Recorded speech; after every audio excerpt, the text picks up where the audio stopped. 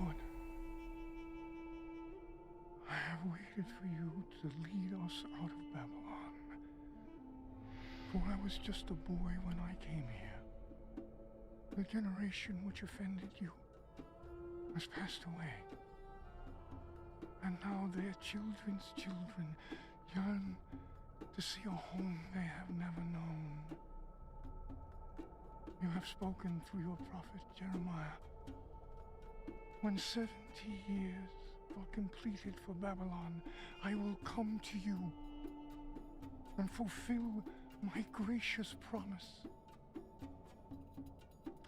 and bring you back to this land. My heart grows with excitement that now that time has come.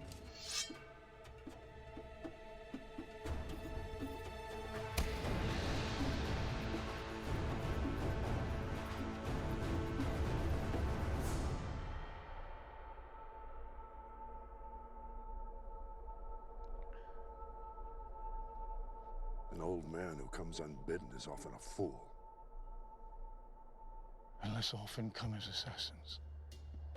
Perhaps a foolish assassin. Forgive us, my king. Do you know whom you address? He's the king of Babylon, ruler of the four quarters of the earth, Kurush, in the old Persian tongue. He has seized by might of arms the birthright which would otherwise have been denied him. He is Cyrus the Great.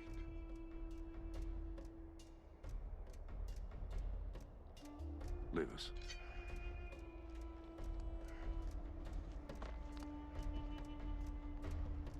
Who are you, old man?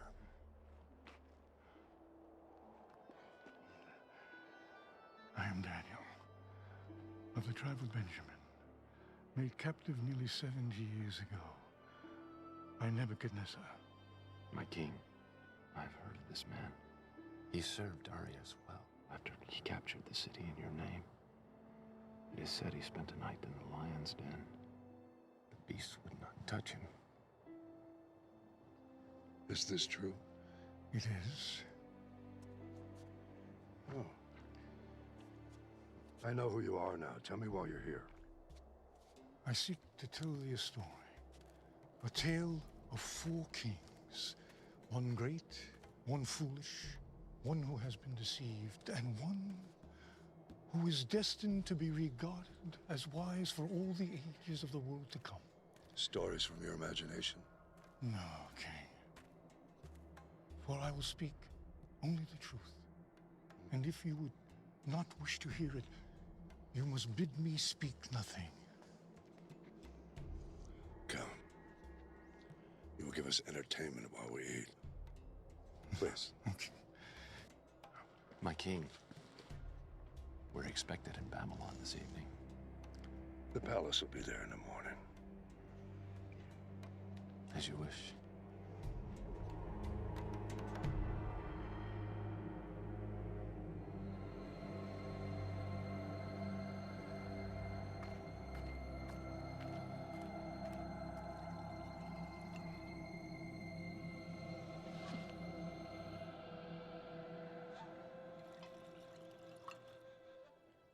I cannot, O king.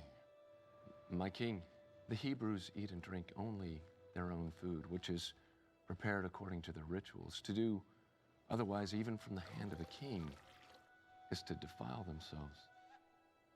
You promised me a tale. Four, in fact. I delayed my journey to listen. I will hear them now. So be it, my lord. The first king I will speak of is Nebuchadnezzar, king of Babylon. When I was just a boy, he threw down the Assyrian Empire, my people's ancient nemesis. But the destruction of Israel's enemies brought us no relief, because in the third year of Nebuchadnezzar's reign, he turned his gaze upon Jerusalem and besieged it. And the Lord delivered the king of Judea into his hand, along with all of his officers, nobles, and administrators.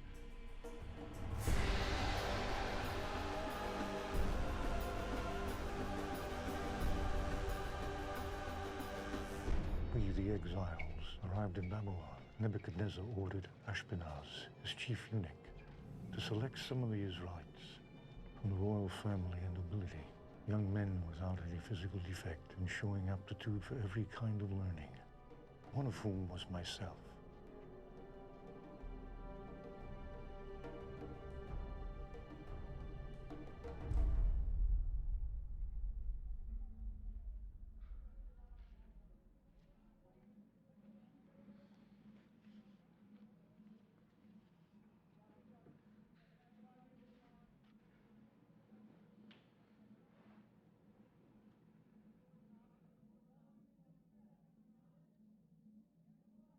O Lord, Jerusalem has sinned greatly. Like a widow is she, once great among the nations, a queen among the people, has become a slave, her children captive before the foe. My eyes overflow with tears. For you, Lord, are righteous, yet we rebelled against your command. Comfort me, O Lord, comfort me and my brothers, and restore our spirit.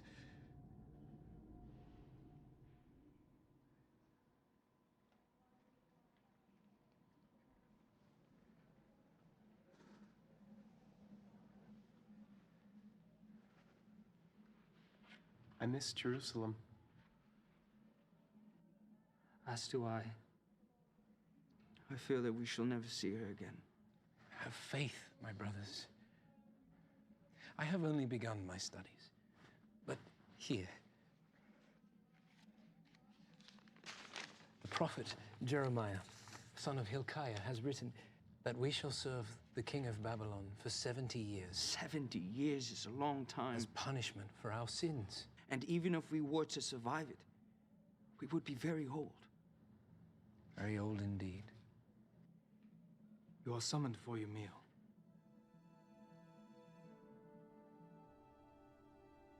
Why would they only take 10,000 of us and leave the rest of our people behind? Yes. Look at who they've taken. The scholars, the princes, our military leaders, and our families. It's the Babylonian way of conquest. You take away the leaders, and the rest can easily be governed. They've changed our names, hoping we'll forget our God and our clothes, so we'll look like them. They've changed everything about us. We need to make each other a promise. Never to become like them. My brothers, such a promise is worthless, for we are but men. What we need to promise is to always love our God and be obedient to Him. And in so doing, what we become on the outside will not matter. Set it here.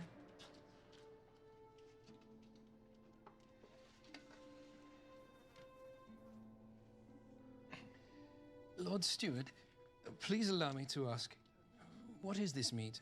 Where is it from? And how was it slaughtered? The cattle are from the king's herd.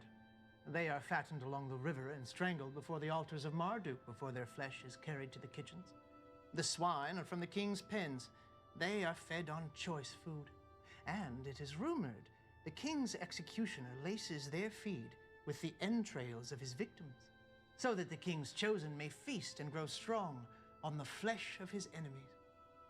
It is considered the greatest of delicacies. To some, perhaps, but not to us. We are forbidden to eat it. For the Almighty has commanded us, the pig is unclean. You are not to eat their meat or touch their carcasses. Nor can we eat anything sacrificed to gods other than our own. But the king cannot, he will not change the customs of his hall to fit your wishes. You must know this. And we will not ask him to. But you must eat. I have been charged with your well-being. If you are seen to be wasting away, I'm afraid of what my lord the king will do. He will have my head. And we would not wish it so. Therefore, put your servants to the test. For 10 days, give us nothing but vegetables to eat and water to drink. Then compare our appearance to that of the other young men who eat the royal food.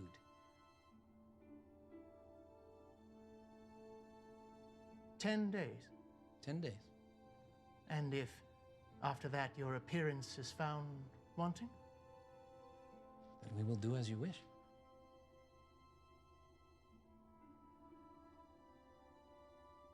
Your request was polite. I'm rather surprised it was honored.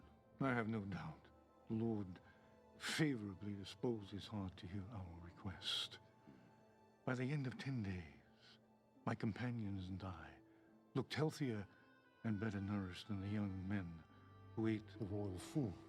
And so the chief eunuch allowed us to continue refusing the wine and choice fare. And we remained undefiled. The period of our instruction went by quickly. During those many years, we were living in a foreign land, speaking a foreign language, and living under a foreign king. But despite this, our hearts belonged only to God. And at the end of that time, my companions and I were presented before Nebuchadnezzar himself. The king's executioner, Arioch, will be in the chamber. If you are found unworthy, you will be executed on the spot. And so will I.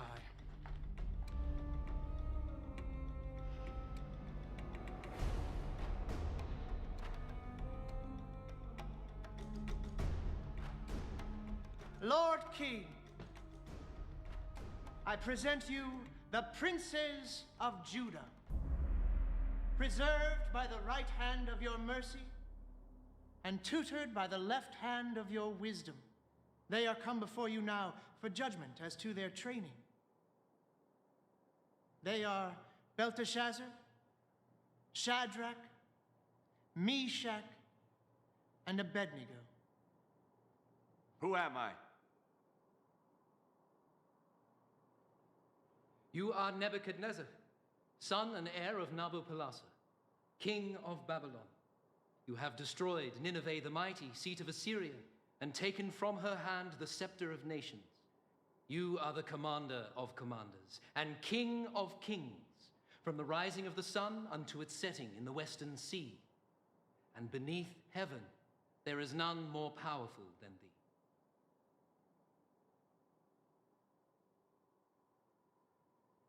You, come forth.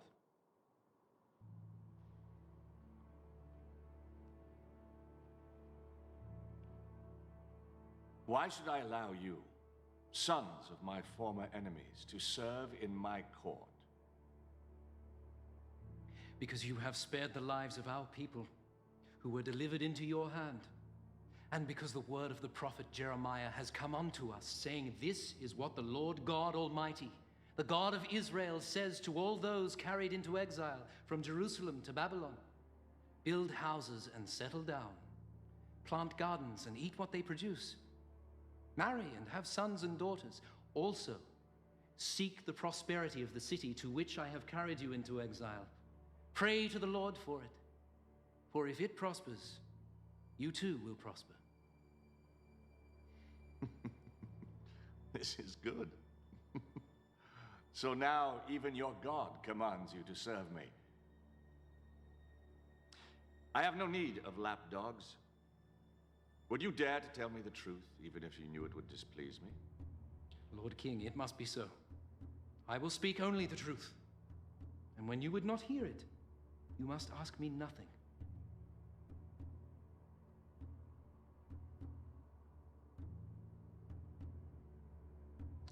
I pronounce them worthy. Have their names be written in the Book of the Wise.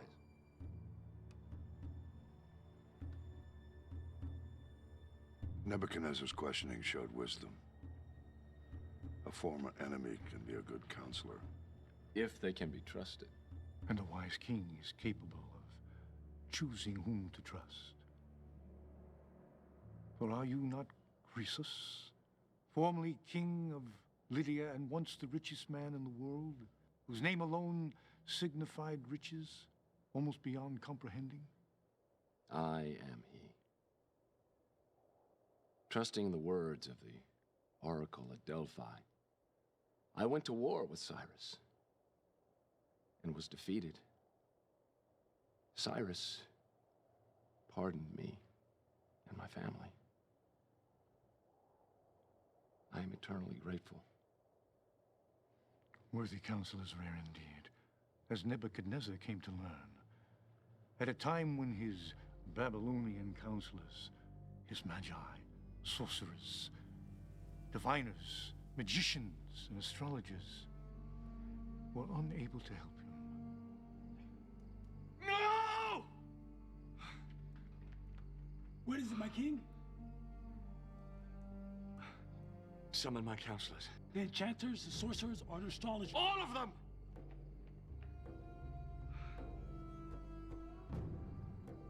O king! My king, your wisest subjects have arrived. Command, and it is done. I've had a dream that troubles me. I need to know what it means. O king, tell your servants your dream and we will interpret it for you. No.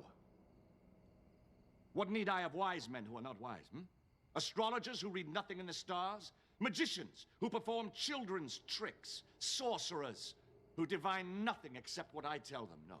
It is enough for the king to dream his dreams. It is up to you to discern and interpret them. But, my lord, if only you would tell us your dream, we could interpret it as we have always done. Always!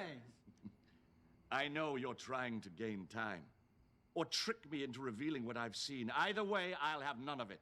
But there's no man on earth who can do what the king asks.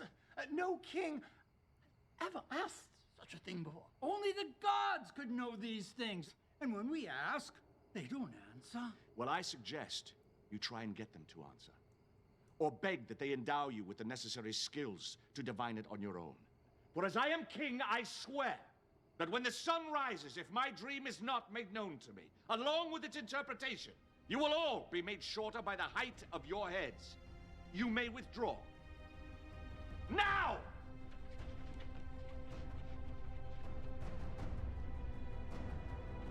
Lord Ashpenaz, is it true? It is. Why has the king issued such a harsh decree? Why don't you come along with me and ask him yourself?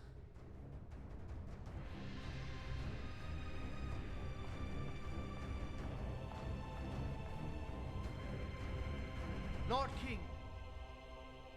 What? Belteshazzar requests an audience. Speak. O king, live forever. I have heard your decree, and I understand that I shall fall beneath the blade if your dream is not made known and interpreted. I ask only for more time, that I might withdraw for a while, my friends and I, to pray to our God, and see if he might not make the dream known to us. The time is fixed and cannot be altered.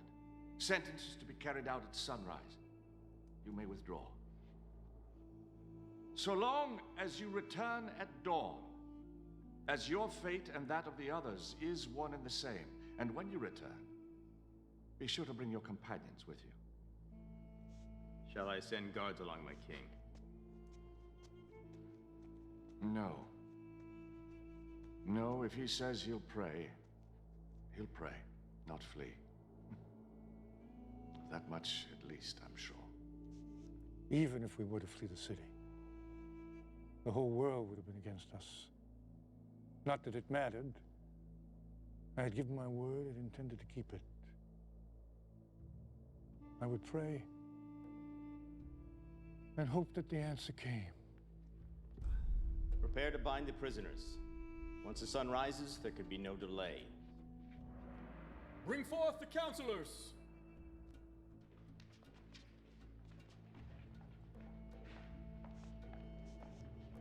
O king, live forever. O king, do not execute these men, I beg you. Belteshazzar, your death is upon you as well, unless you know my dream and can interpret it. I am, and I will. Praise be to the God of my fathers forever and ever. He gives wisdom to the wise and knowledge to the discerning. He reveals deep and hidden things and has made plain all that you have asked, for he has shown me the vision of the king. Then speak. As you lay upon your bed, O king, you looked, and there before you stood a large statue, awesome in its appearance, The head of the statue was made of pure gold, its chest and arms of silver, its belly and thighs of bronze, its legs of iron, its feet partly of iron and partly of baked clay. As you were watching, a rock was cut out, but not by human hands. It struck the statue on its feet of iron and clay and smashed them. Then the iron, the clay, the bronze, the silver, and the gold were all broken to pieces at the same time, and the wind swept them away without a trace. But the rock that struck the statue became a mountain and filled the whole earth.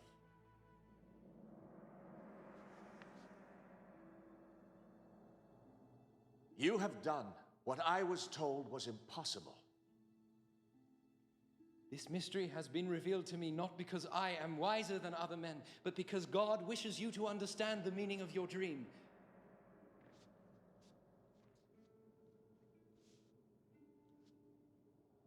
You know my dream, as if you dreamt it yourself. What does it mean? You, O king, are the King of kings. The God of heaven has given you dominion and power and might and glory. In your hands he has placed mankind. He has made you ruler over the nation, for you are the head of pure gold. After you, another kingdom will rise, inferior to yours. Next, a third kingdom, one of bronze, will rule over the whole earth.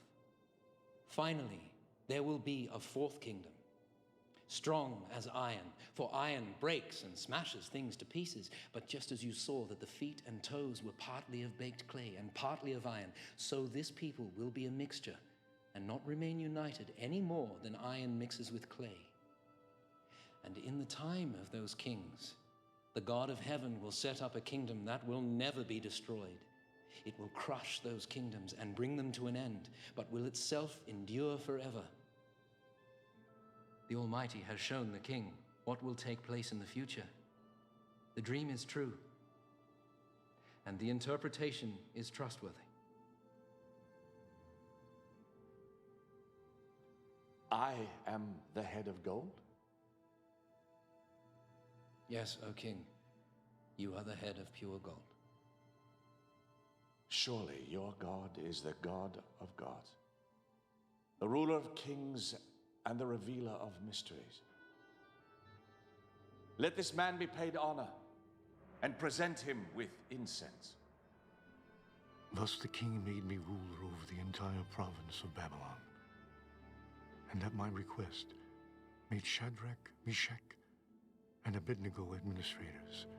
King Nebuchadnezzar made an image of gold, 90 feet high.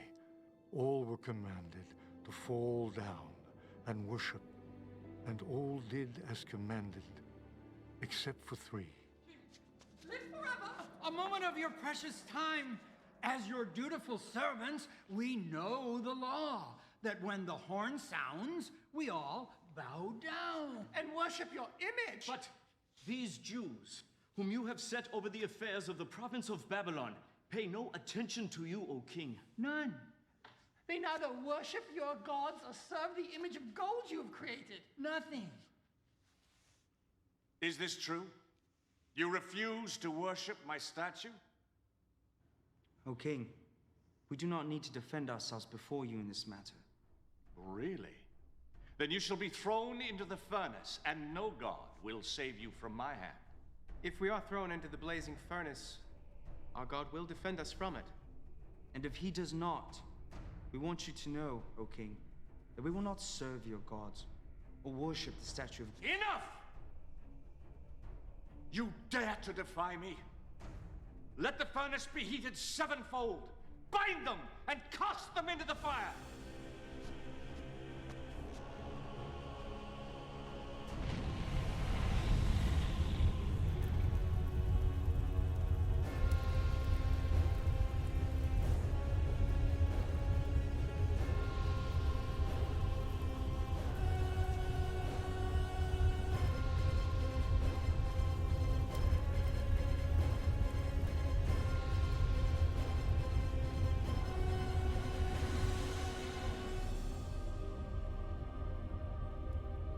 There were 3 thrown into the fire.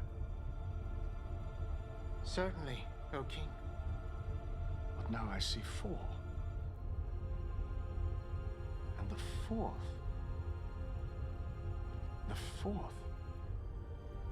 looks like an angel of the gods. The fire has not harmed your bodies. Not a hair is singed.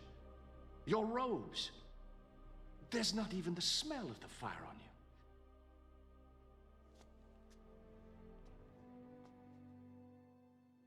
Praise be to your God, who sent his angel to rescue his servants. You trusted in him. You defied my commands. You were willing to give up your lives rather than serve any but your own God.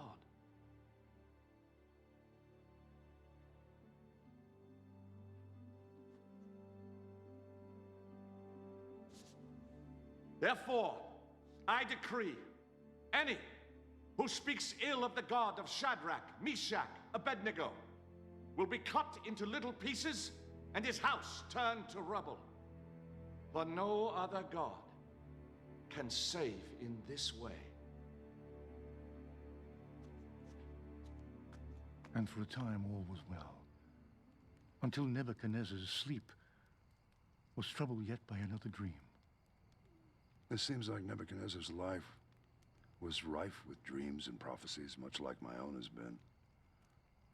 Before I was born, my grandfather, Astyages, was troubled by a dream where a flood, beginning near his throne, was overflowing the whole earth. When he went to his astrologers and his diviners for an interpretation, they told him that his grandson was destined to one day usurp him. So he sent his daughter Mendane in exile, and when a son was born to her, he conspired to have it stolen and exposed on a hilltop to die. But a shepherd, whose wife had recently given birth to a stillborn child, persuaded her husband to trade her dead infant for the living, and the shepherd raised the boy as his own. The king, upon being presented with the dead infant, repented of his crime. He didn't learn until 10 years later that the boy was actually alive, at which time he pardoned the boy and restored him to his rightful parents. And for a time, the matter was forgotten. Until one day, years later, when you marched into your grandfather's city at the head of your troops and seized the throne of Medea, taking the old man captive, and the prophecy was proven true. Old Astyages, he knew of the prophecy, but he was powerless to overcome it. As all men are powerless to prevent their fate, if the prophesizing be true. Listen then, as I tell of the prophetic vision that led to Nebuchadnezzar's madness. For when he dreamed that great dream, his enchanters, sorcerers, and astrologers were once again unable to interpret the vision. When I was asleep, I had a dream which made me afraid. The images I saw terrified me. Belteshazzar, I looked and saw before me a tree in the middle of the land. The tree grew strong and tall. Its top touched the sky, and it was visible to the ends of the earth. Its leaves, they were beautiful. Its fruit was abundant. The beasts of the field took shelter under it, and the birds of the air lived in its branches. And from it, every creature was fed. Then I looked again, and I saw a messenger coming down from heaven. And he cried out aloud, "Cut down the tree, trim off its branches, strip its leaves, scatter its fruit. Let the beasts flee from under it, and the birds fly from its branches." But let the stump and its roots, bound in iron and brass, remain in the ground, in the grass of the field. Let it be drenched by the dew from heaven. Let it live with the animals of the earth, and let its mind be changed from that of a man to the mind of an animal. This is the dream that I had. What does it mean?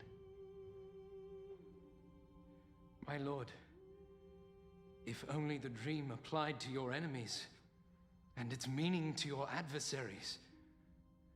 The tree which you saw, which grew large and strong with its top touching the sky, you, O king, are that tree.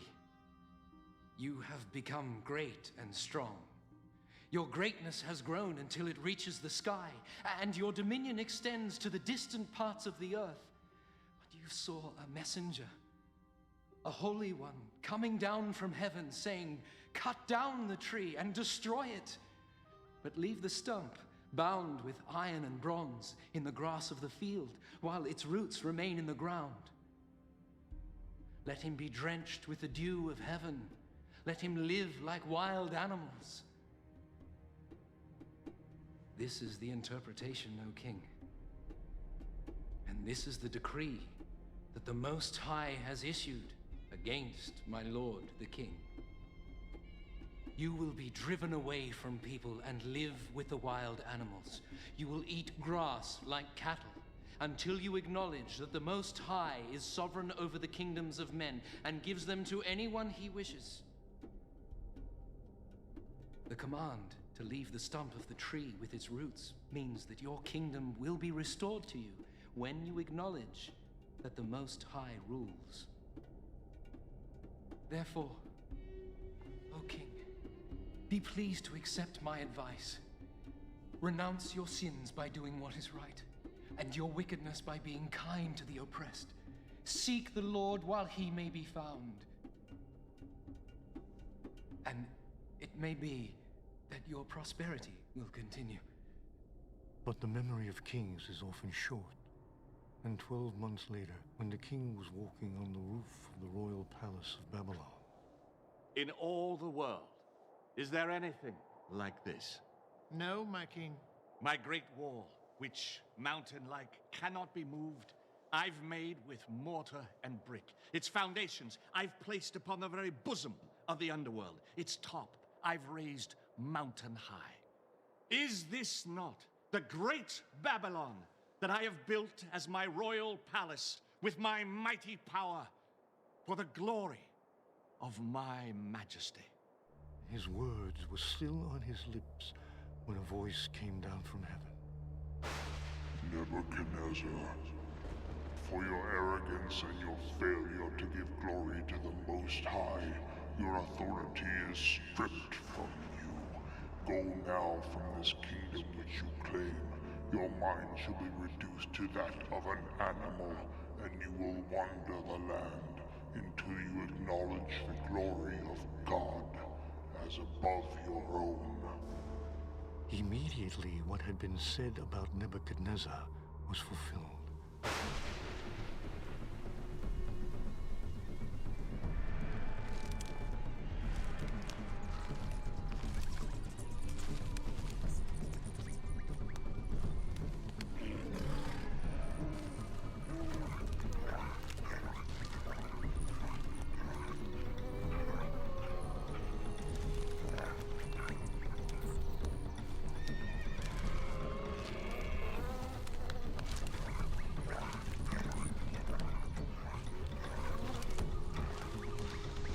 Greatest of those below heaven.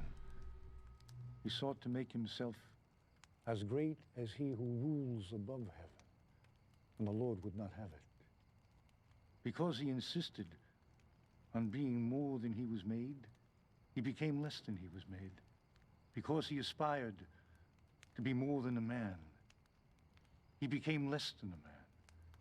He became like the wild beasts. How did he survive, alone in the wilds? Even in his insanity, neither the lion nor the bear disturbed him. Though he wandered alone and unarmed, and slept naked in the places where they found their food. Because it had been prophesied that one day he would honor the Most High.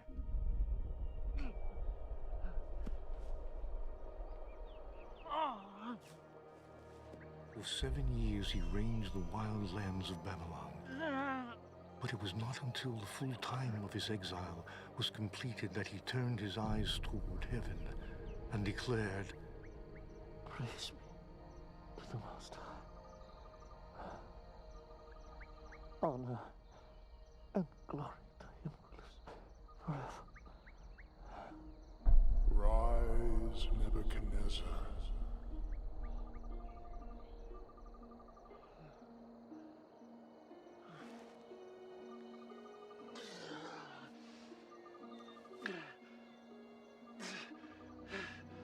For his dominion is an eternal dominion. Before him, all the people of the earth are regarded as nothing. He may do as he pleases with the powers of heaven and all the people of the earth. And no one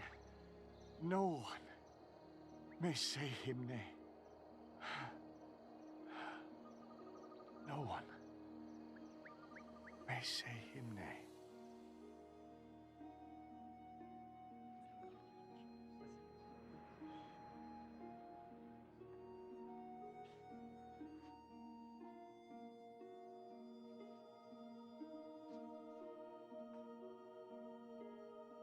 Beware your place, for I am not as I was.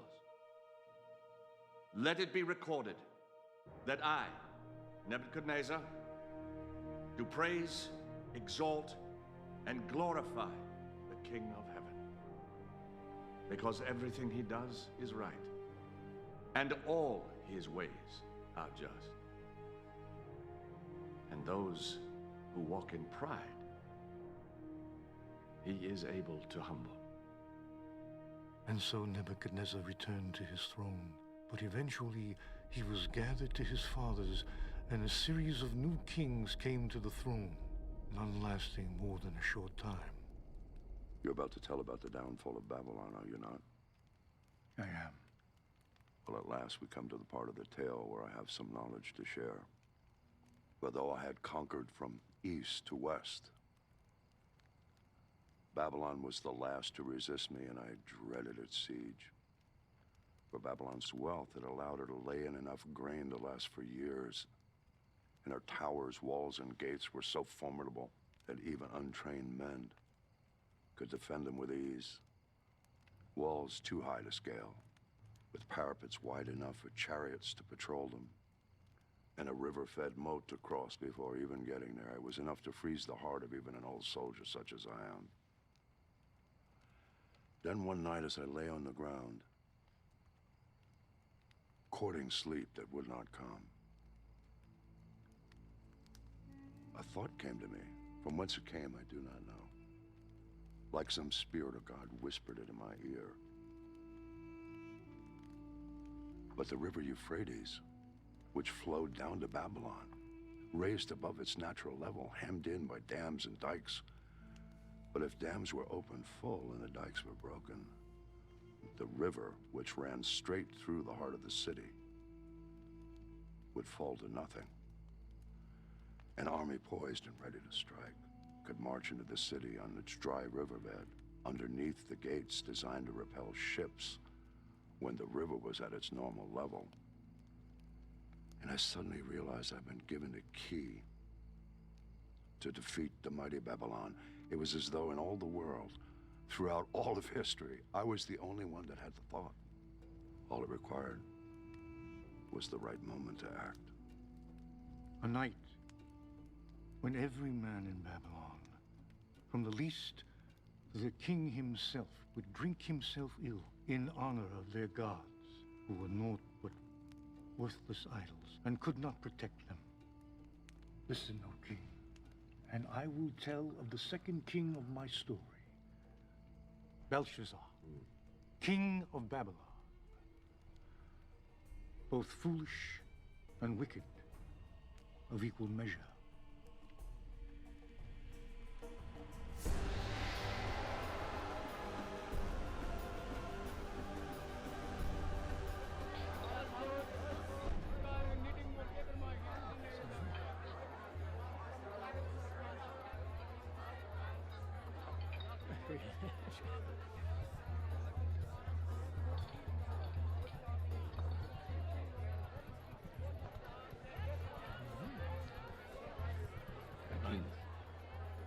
Enough! We still have our three-fold walls with their battlements. And within our granaries, we have grain enough to endure a siege of 10 years. Our watchmen have seen the Persians digging, my lord. They seem quite concerned about this, my king. Yes, yes, they will look to build a siege ramp against the city. But first, they must build a causeway across the moat. That alone will take months. In the meantime, let us feast and toast Marduk, the patron god of Babylon. Marduk!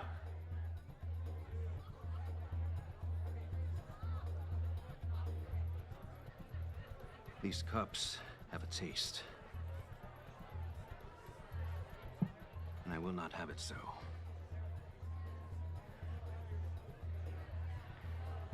Bring me the golden vessels from the Temple of Jerusalem. But my king, is it wise to use the vessels? My king, these cups are considered sacred. Are they not, my king? Perhaps in Jerusalem! By that pathetic desert deity of Judah. But here they are spoiled for our gods. And they would have me use them as I see fit. Bring them!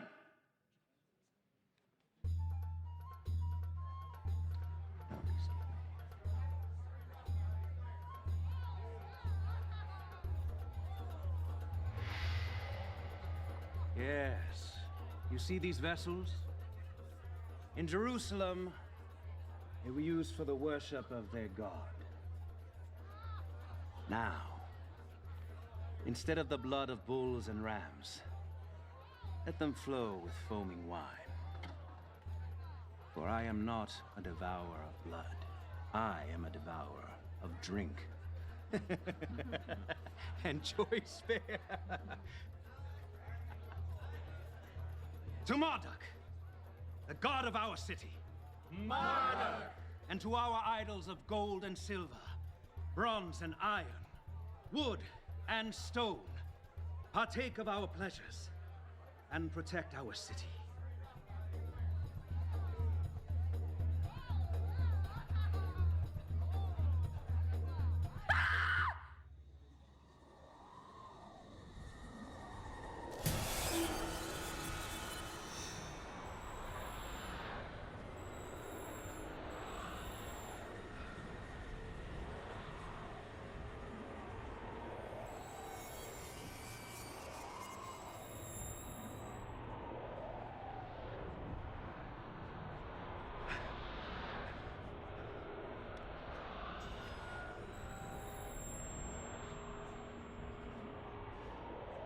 Whoever reads this and tells me what it means shall be clothed in purple and have a gold chain placed around his neck and be made third highest ruler in the kingdom.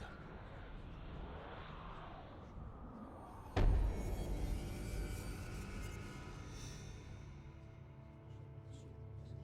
all the king's wise men came in, but they could not interpret the inscription or tell the king what it meant. So Belshazzar became even more terrified. A Judean once told Nebuchadnezzar, your forefather, of his dreams. He succeeded when everyone else had failed. This man, Daniel, whom the king called Belteshazzar, he could tell you what this writing means. Does he still live? He does. Bring him to me quickly, but do not harm him. We shall soon learn if this Hebrew can do as you say.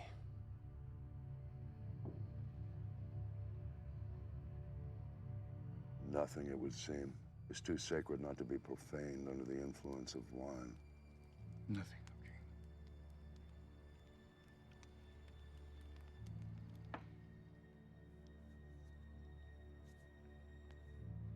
How can I be of service, Highness? Are you Daniel? One of the exiles my father brought back from Judah? I am he. I am told you are able to give interpretations and solve difficult problems. If you can read the writing on that wall, you will be clothed in purple, have a chain of gold placed around your neck, and be made third highest ruler in the kingdom. Long ago, I told your forefather, Nebuchadnezzar, that I would speak to him only the truth, and that if he rather not hear it, he should ask me nothing. Perhaps it would be better if you asked me nothing. No.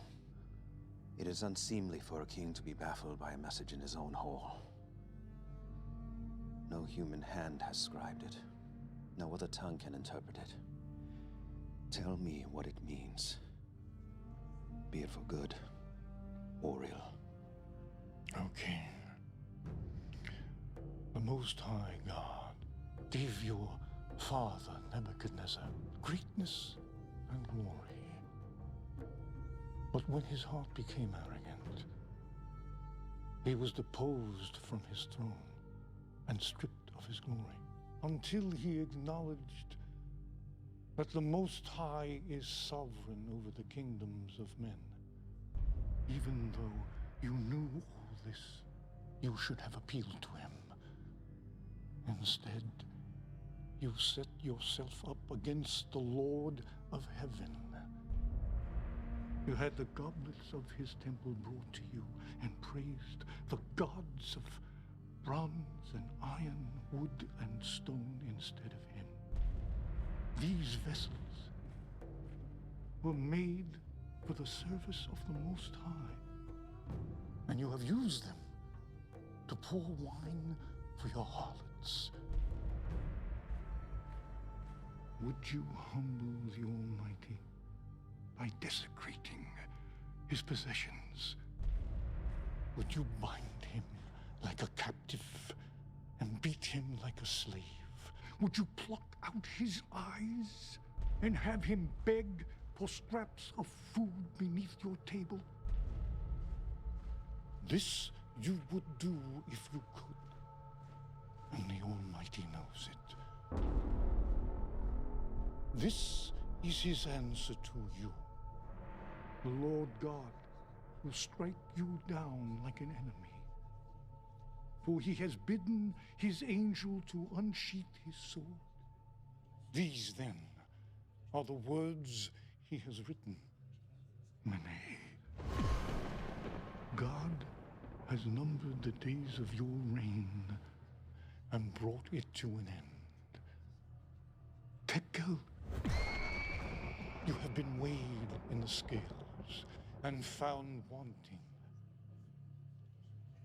Parsin, your kingdom is divided and given to the Medes and Persians. This very night, your life will be demanded of you, and before the sun rises, your flesh will grow cold. Thus saith the Lord, your line is ended, your rule is over, your kingship is no more. Is there nothing to be done? No. In your arrogance, you have doomed not only yourself, but your house, your line, your inheritance, your city, and your kingdom. Choose now where you will spend your last few hours. But knowing your fate, who now will love thee? Who now will fear you? Will the least of your slaves comfort you? Or will they desert you, seeking to avoid the fate which is yours?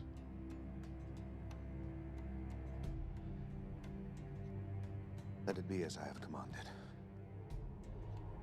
Let this man be clothed in purple. A chain of gold placed around his neck. For I am not dead yet.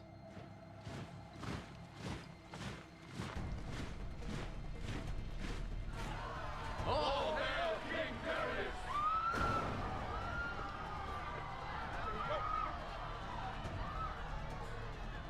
I am King Belshazzar of the Babylonians. Unharm me! Surrender or die! Never!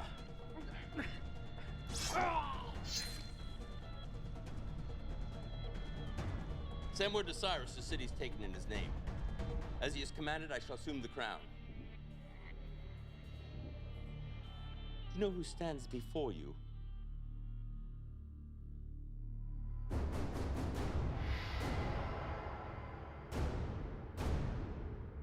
You are Darius, the Mede-Persian, uncle and father-in-law to Cyrus, who has, by stratagem, taken this city. By right of conquest, you are now her king.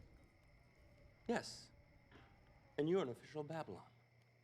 Why should I not kill you? It is true I served Babylon in the days of Nebuchadnezzar, whom I served truly and well.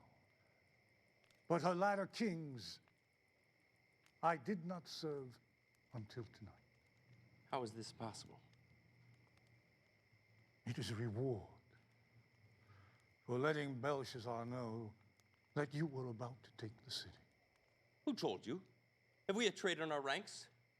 It was revealed to me by my God, who sent his angel to scribe the writing on that wall. It is true. He read the inscription and revealed the message. He told the king that he would die this very night. Though brought here as an exile in my youth, by birth I am a Hebrew, from the kingdom of Judea, and I serve the God of my forefathers. The Most High reveals to me what he sees fit. Am I to believe your God revealed my coming to you? If I was to lie, would this be the lie I would choose? Who else could have revealed your deepest secret?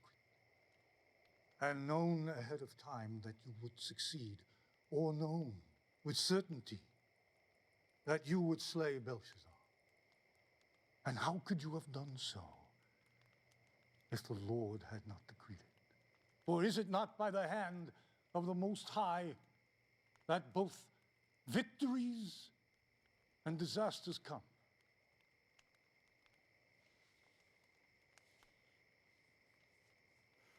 I would have you put this gift of divination at my service. Yet how do I know I could trust you, Hebrew? I will speak to you honestly, my king. And when you would not hear the truth, you must ask me nothing. So be it. I see by your insignia you were made third in all of Babylon. That is not the Persian way. For below me I have 3 administrators, all of equal rank. Yet I shall name you one of the 3. What of the other counselors? Slay them. If they were loyal to their former master, they're no good to me. If they were disloyal to him, then they will be disloyal to me. Ah, Darius. He's twice my uncle, by blood and marriage, and serves me well as co-counsel to my empire. As it pleased Darius to appoint 120 satraps to rule throughout the kingdom, with administrators above them, one of whom was me. But before long, I so distinguished myself that Darius planned to set me over the whole kingdom. Which would cause great envy among the others. Yes, O king. So they called a meeting in secret to plan for my destruction.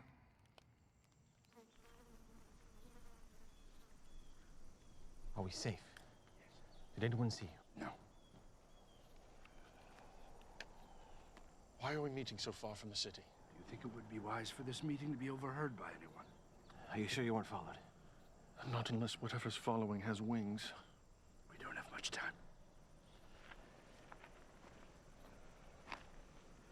Daniel being put over us, if we allow it to stand, means our demise. Once he is in charge, he'll be looking into everything we do.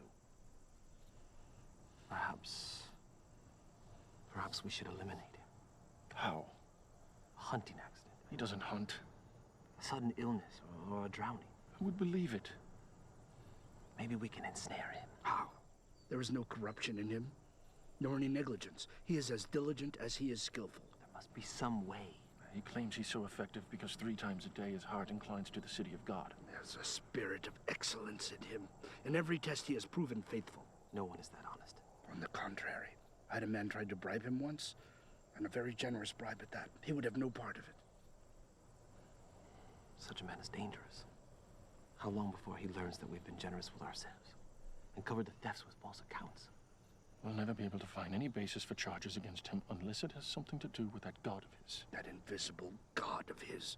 No altars, no shrines, no idols, laying claim to every good thing, yet somehow not responsible for the bad. I've seen him praying before his window, on his knees facing Jerusalem morning, noon, and night, always the same. Then perhaps we need to make him stop. He won't do it. Then perhaps we need to make sure he continues. You say there is nothing anyone can do to stop his prayers? No, nothing.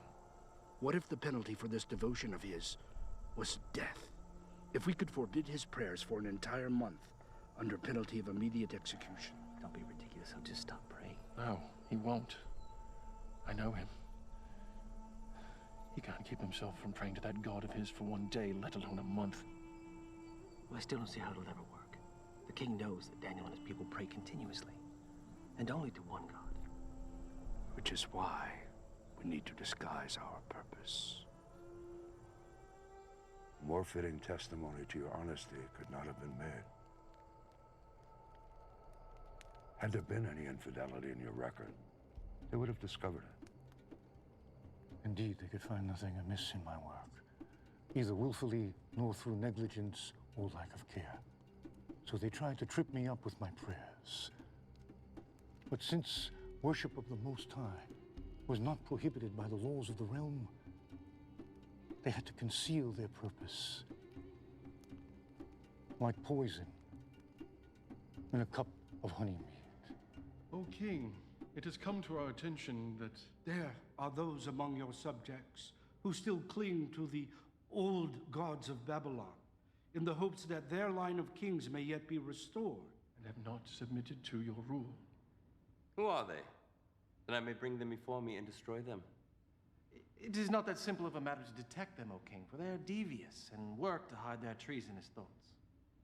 And have you come before me without a plan for discovering them? We would dare not do so, O king. Indeed, we have labored to construct a plan whereby the loyalty of all may be tested. Then speak of it. If, O king, you were to issue an edict that none in Babylon, nor anywhere in the empire, may pray to anyone, be it to God or man, except to you for a period of 30 days. But what of the gods of Persia whom I serve and obey? Well, you alone, O king, would be free to pray to them and offer them sacrifice. You would stand as a priest before all the peoples, and in this way ingratiate yourself to the gods themselves, because for an entire month, all of their worship would come from you. Thus, their worship will continue through you, and the old gods of Babylon will be starved for worship, lessening their power. How would you enforce such an edict? No one would be allowed to go before any altar or shrine for the entire period, except for you. And anyone found violating the decree would be thrown into the lion's den before sundown on the very day of the offense. In this way, their treason would be discovered and eliminated in a single stroke. I approve your plan. I, Darius, command it be made so. In anticipation of your approval, O king, we have taken the liberty of drafting the edict and bringing it along. Well done. Bring it here that I may fix my seal.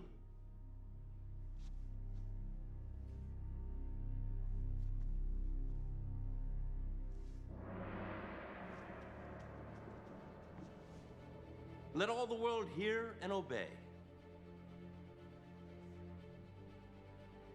So Darius found no need to consider it further. Darius had a great deal of experience as a soldier, but very little as a ruler. until Babylon fell. One sign, the order could not be changed. Let every order be upheld, for the law cannot be countermanded, and the laws cannot contradict themselves.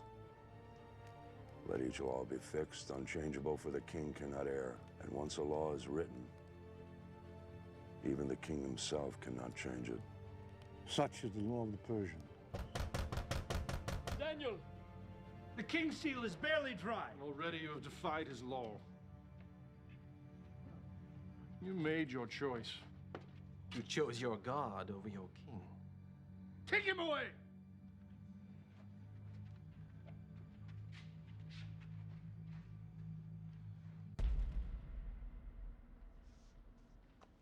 O king, it is my sad duty to inform you that someone has already defied your decree. Bring him to me. Bring forth the prisoner!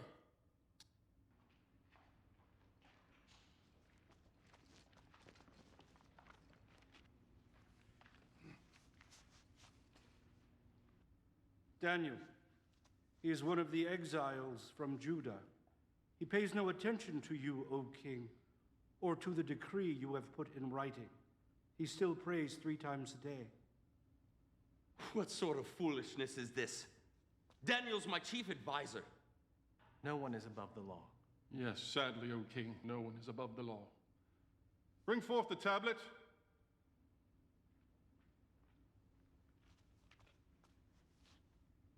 Is this not the edict from the king, signed with your own seal?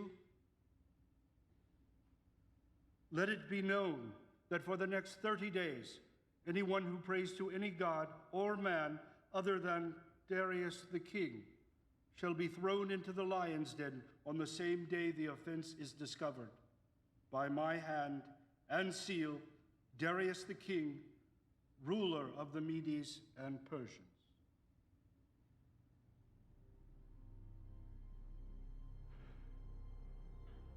Call my counselors together. We will begin the trial. O king, live forever. There is no need of a trial. I am guilty. Knowing the king's command, I have disobeyed it. The commands of the king are immutable, and once uttered, cannot be changed. I shall command my wise men to make every effort to search out some reason that the law may be found unenforceable. I do not think they will find one. Let them search, O king, but only for a short time. Because your own law commands that sentence be carried out the day of the offense. Already, the shadows are starting to grow longer, and you have only until sunset.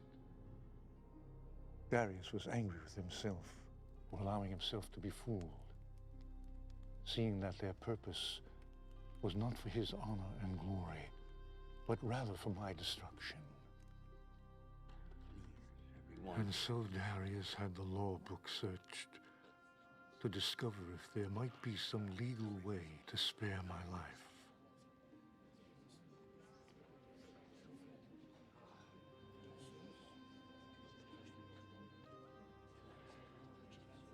It is as I expected.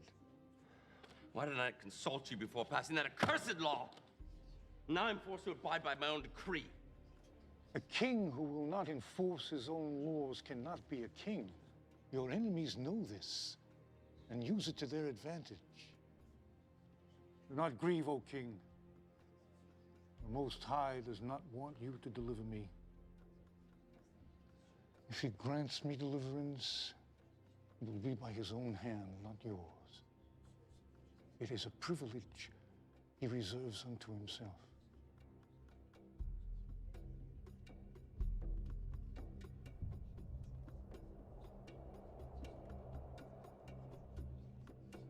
And now it is time, O king.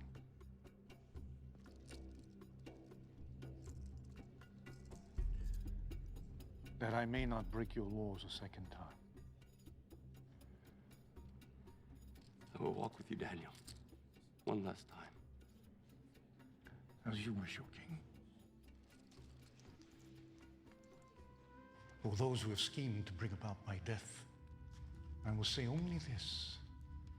My forefather Abraham came from this land, and the Most High said unto him, I will make you into a great nation.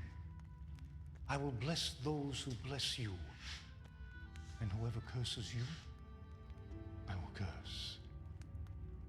They have surely cursed me, and may yet live to reap the fruits of that curse.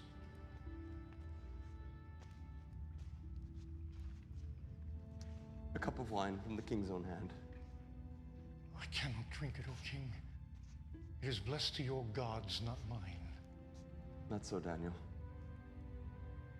I have gone to your people and asked for wine which was blessed by them. From the cup I have poured no libation. One last gesture of friendship. My king.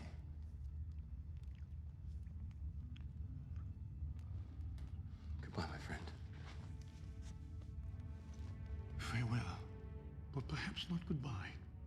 We have yet to see what the dawn will bring.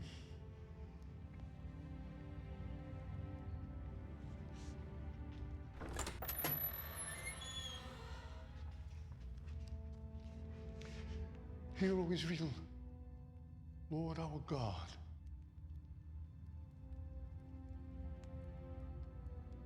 The Lord is one.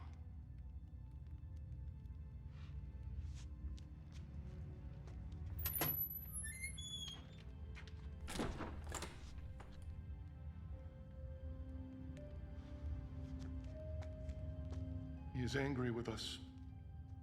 It will fade. By tomorrow morning, Daniel will be a distant memory, and the king will need us again.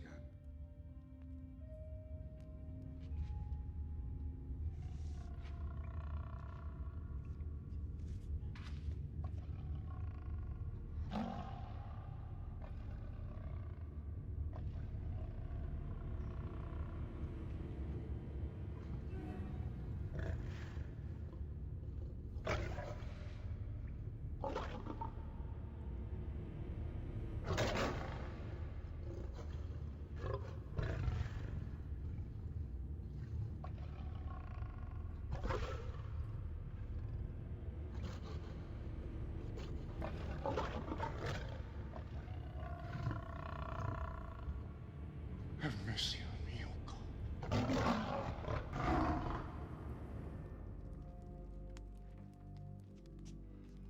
No, no, take it away.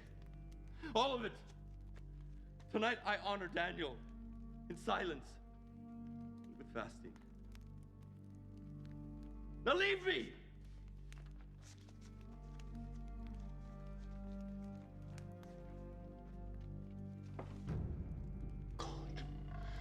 Have mercy on me.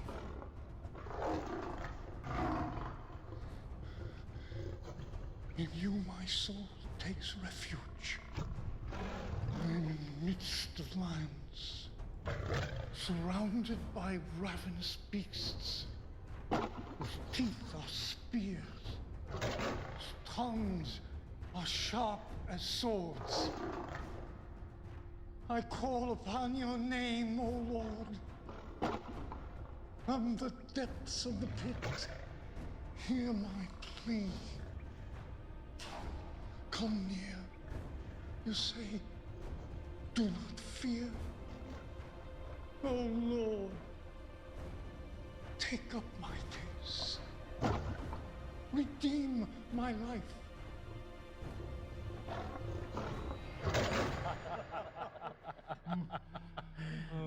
A divine plan, my friend. A toast to the lions who show no partiality to a Hebrew over any other man.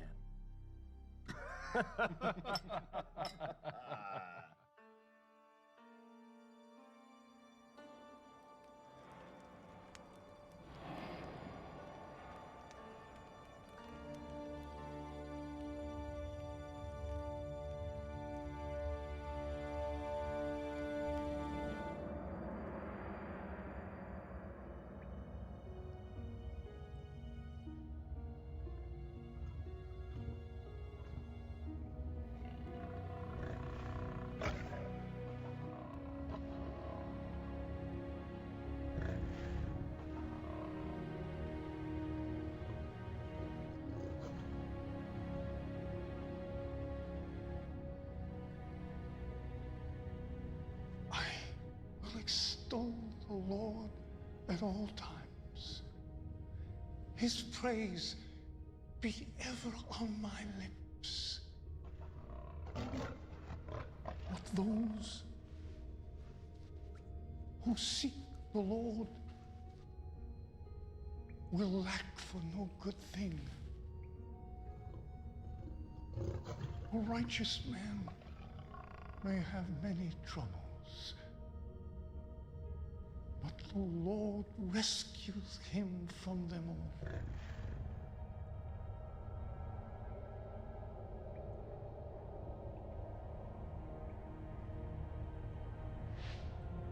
You have rescued me from the mouth of lions, and I will declare your name to my brothers in the congregation.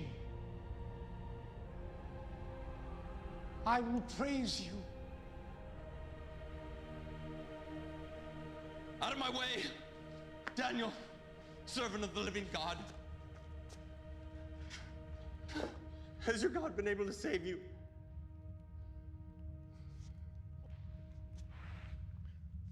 O King, live forever. My God has sent his angel, and he shut the mouth of the lions. They have not hurt me, because I was found innocent in his sight. Come forth.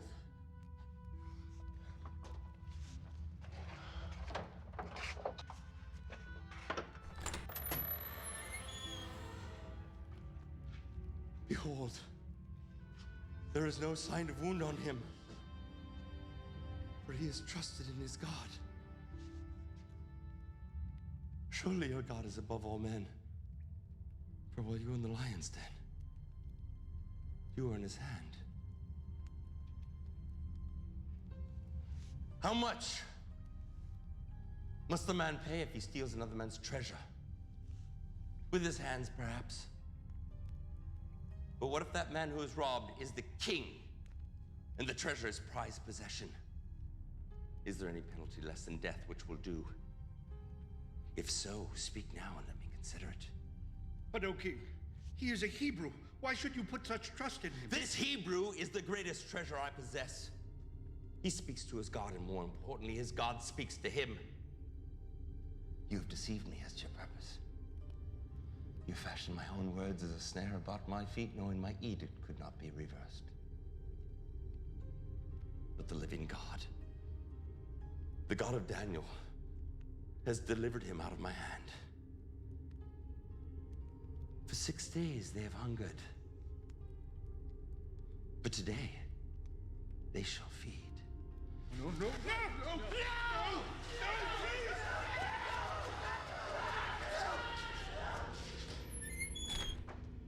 Please, please, my king, please. You fools, did you not think I would punish you? No, my king.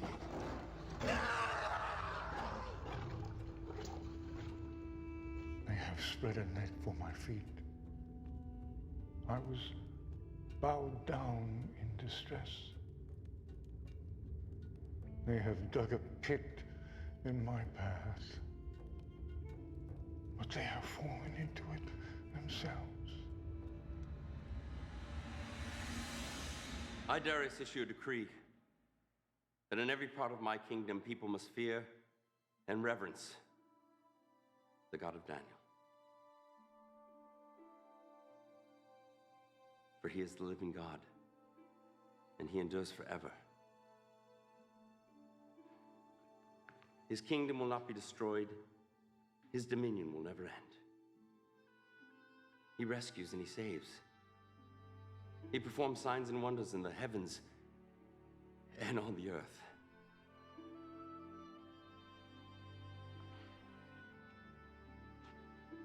He has rescued Daniel from the power of the lions.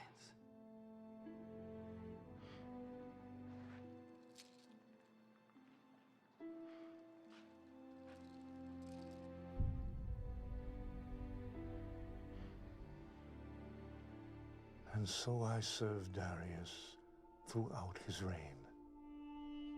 However, my heart still longed to see Jerusalem, For 70 years I had waited, and I knew our time was near.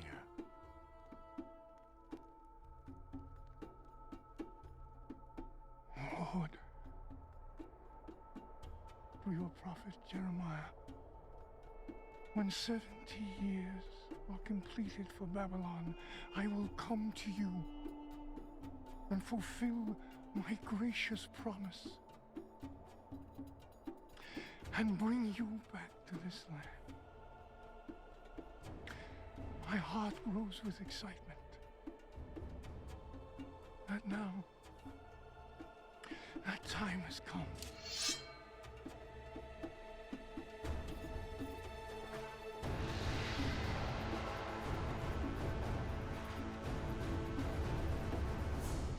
And so your journey has led you here.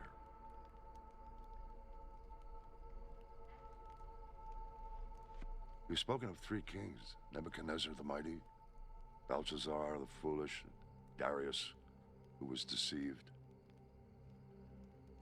Who is this fourth king? It is he of whom these scrolls speak.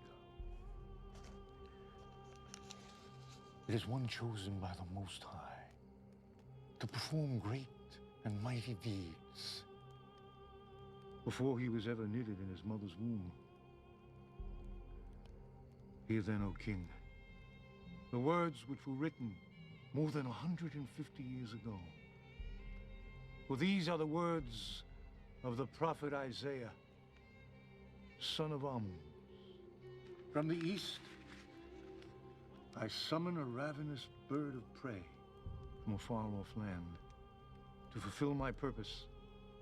What I have said, I will bring about. What I have planned, that will I do. A bird of prey. The Lord's chosen will carry out his purpose against Babylon. His arm will be against the Babylonians. He pursues them unscathed by a path he has not traveled before. True. I've never saw the regions of the Euphrates or further westward until I came in conquest. And yet you chased your enemies uninjured. They had no power to rally. You were not led into ambush. And you were safe as far as you chose to pursue them, were you not? It's true. This is what the Lord says to his anointed. Cyrus, whose right hand I take hold of. Cyrus? It mentions me by name? It does. To Cyrus, whose right hand I take hold of, to subdue nations before him and to strip kings of their armor, to open doors before him so that gates will not be shut. I will go before you and will level the mountains. I will break down gates of bronze and cut through bars of iron. I will give you the treasures of darkness, riches stored in secret places, so that you may know that I am the Lord, God of Israel, who summons you by name. And when you captured Babylon, their treasures were the richest in the world, were they not? Oh, indeed they were. And Croesus will testify. Yes, quite the most magnificent. O King, if I may. Please continue. Cyrus, for the sake of Jacob, my servant, of Israel, my chosen, I summon you by name and give you a place of honor. Though you do not acknowledge me, I am the Lord. I will strengthen you, though you have not acknowledged me, so that from the rising of the sun to the place of its setting, men may know there is none beside me. I am the Lord. There is no other. And do you understand that the Most High has the power to raise up kings and to throw them down? Yes, I do. I profess it. And that you, O King, like a polished arrow, hidden in the quiver of the Almighty, carefully preserved for its day of use. Yes. How else to explain my unlikely birth, or my survival, or successes? How else might it be explained? All my life, I had always thought of myself as favored by my gods. Is it possible that I've been favored by yours?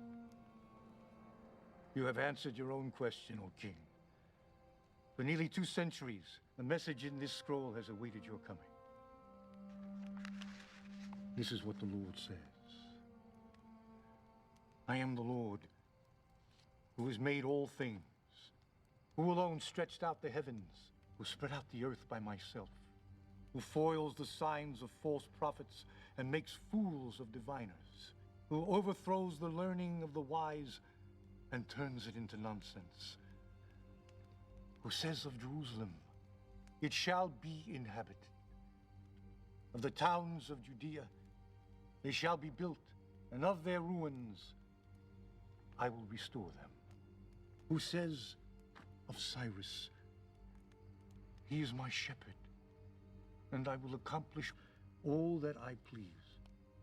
He will say of Jerusalem, let it be rebuilt, and of the temple, let its foundation be laid. He even calls me a shepherd. I who was saved by a shepherd's hand. And I was raised in a shepherd's house. It's I who refer to myself as a shepherd of my people. Who else could have known this? The power of God or his prophet? 70 years are over, my king. 70 years since I was taken from the land of my birth. Babylon has been punished. You have punished her. Only one thing remains. For you to free her. O king, the words of the scrolls are in a tongue foreign to us. Should we not at least confirm them? No. Old friend, have you heard nothing? Do you not recognize the truth when you hear it? Or do you suppose this Daniel has spent a lifetime arranging events in the hopes of one day deceiving me? Your God has called me a shepherd, and so to your people I shall be, to rescue them from wolves and tyrants, to gather them gently, and to relieve them from bondage, and provide for their return. And so say I, Cyrus, king of the Persians, let Jerusalem be rebuilt. The Lord God of heaven has given me all the kingdoms of the earth, and has appointed for me to build a temple in Jerusalem, in Judea. Any one of his people among you, may his God be with you. Let him go to Jerusalem and Judea and build a temple of the Lord, the God of Israel. In all my years, I had never known envy. But that day, I came closer to tasting it than I ever have.